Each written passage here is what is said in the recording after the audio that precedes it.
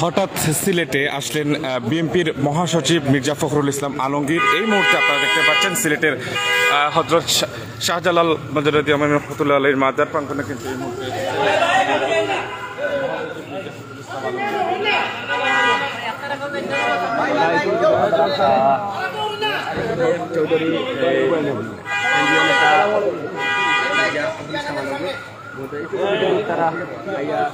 Please আমাদেরকে আমাদের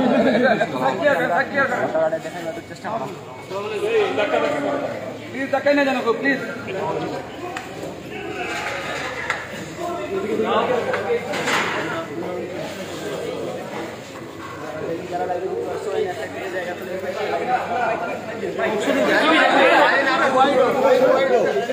বিএনপির মহাসচিব মির্জা ফখরুল ইসলাম আলমগীর এই মুহূর্তে সিলেটে রয়েছে।